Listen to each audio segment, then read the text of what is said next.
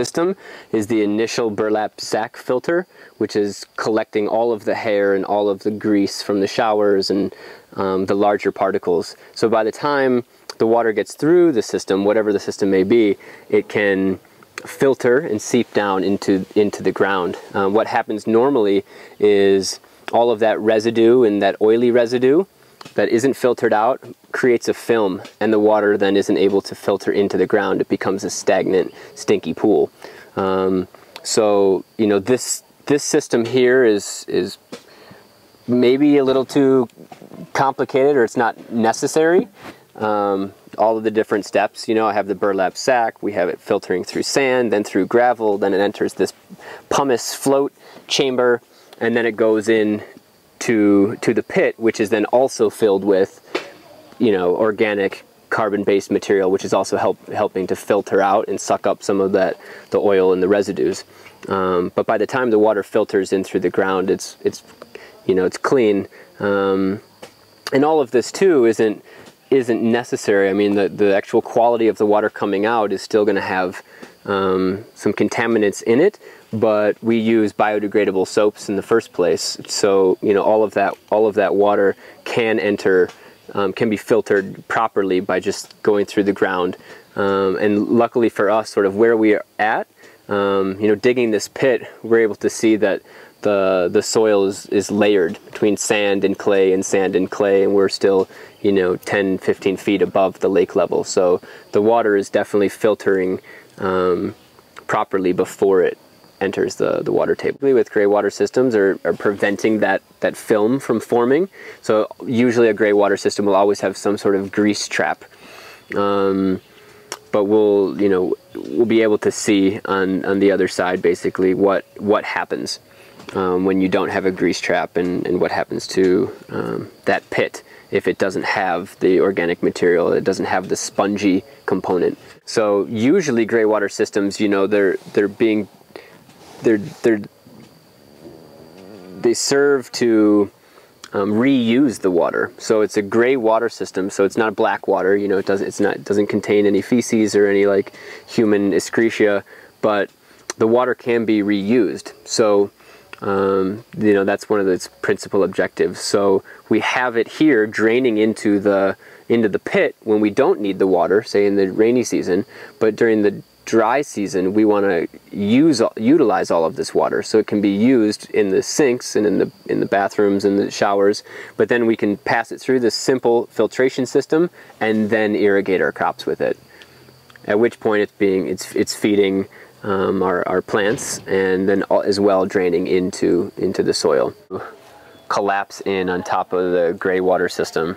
So we can just cut them down, right? We can cut them down. The problem with it is that the surrounding land has sort of shifted a little bit, and it's, you know, and maybe I can get closer to the actual system, but it passes through the Greywater system, so through various filters. The first filter is a burlap sack that we've cut from a old coffee sack, stitched it up so it forms a little bag, put that around the piping where all of the water from the bathroom complex, the showers, the sinks, and the...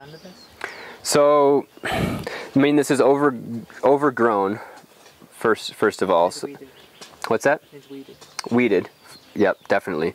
Then I think at this point we can take out all of those tule reeds that I harvested before. So we harvested tule reeds, dried them all out so they become really spongy. So those are from over there? Those are from the lake. Oh.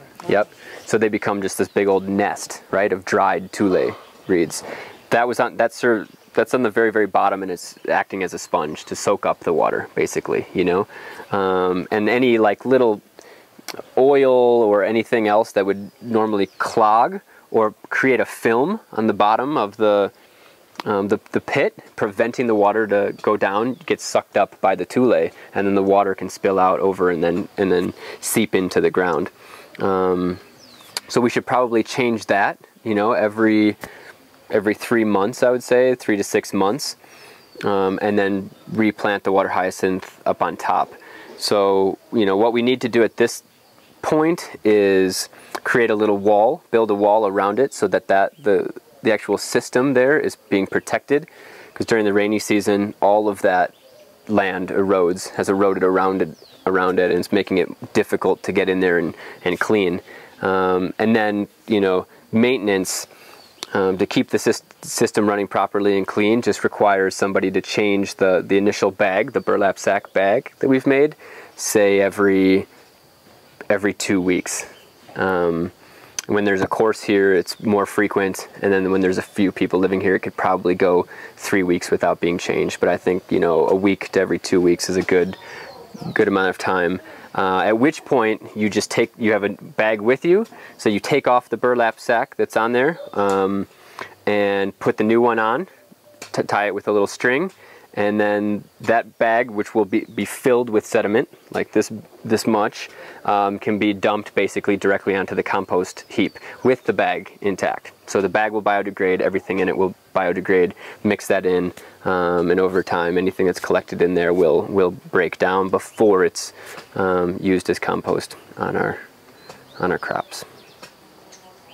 Sheath that's protecting the tube, so you can lift this up, hold those two stakes here, lift this wood up, pushing back all this earth. Then you get to this little hole in there that's protecting that tubing.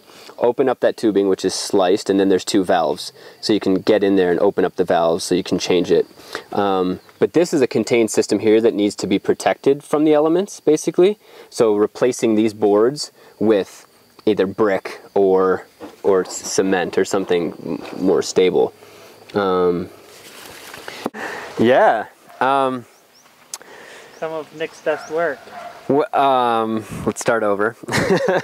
So this is actually the other gray water, I would say, like discharge. Basically, there's no system here. It's a pit that goes into the ground, and this is what happens basically when there's not a system, when there's no filtration system, when there's no grease trap or anything. The grease settles along the bottom, creates a film, and then the water can't drain. So it basically just becomes a pool, stagnant pool. It does slowly filter in through the ground, but we need some Greywater system in place here to properly filter this water. The problem is the amount of basically food scraps that enter the sink and comes through here. It'd fill one of those burlap sacks in a day. So, which requiring like constant maintenance. So we're thinking about biodigesters, which the company Rotoplast makes, or sort of looking at their design and doing something similar on our own. But this is what the other side was before I put in that Greywater system. So basically just a pit in the ground. So one thing that we can do in the meantime is fill it with some of the Tule grass and other carbon-based organic materials. But for the moment it is just a pit.